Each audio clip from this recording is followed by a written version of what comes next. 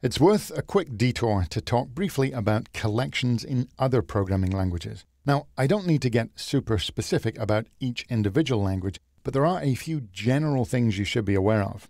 First off, JavaScript allows anything in any element of the array. Numbers, strings, booleans, you can even have elements undefined. So it supports this mixed data idea.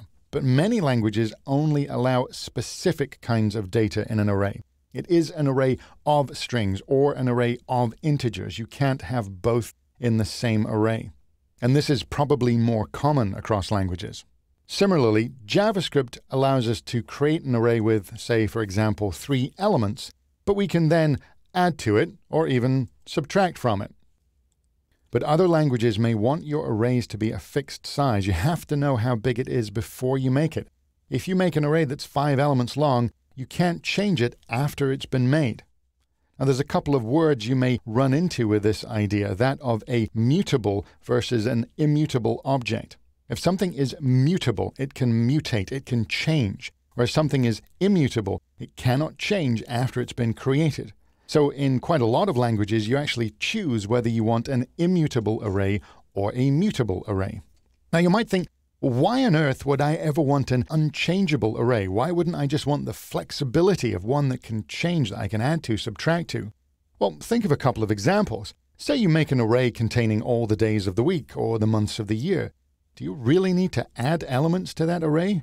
Do you actually want that array to support the idea of suddenly removing the second element mid-program? Probably not. And one of the benefits of immutable arrays is that they're usually faster, because the language can just allocate an area of memory for that array that it knows will never change. Whereas with mutable or changeable objects, there's always a little bit of overhead for knowing that this array may grow or shrink.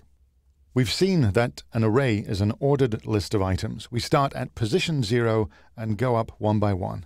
But there are other kinds of collections where we might want something different. Let's say instead of the built-in index of 0, 1, 2, we might want A, B, C. Or even, more likely, to have the idea of a key, something that's more meaningful to us. Let's see an example. Say we have a list of states.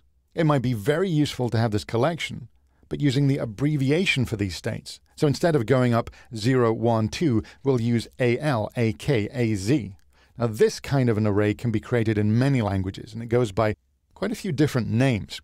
Generally, it's called an associative array, but some languages call this a dictionary, or a map, or a table. There are even a few more names to it. For those of you who've worked with databases, you may think there's kind of a link between these. This, of course, is not a database. It's nothing to do with a database. This is still a variable in memory, but it's a very useful one to allow us to go directly to each individual piece of data.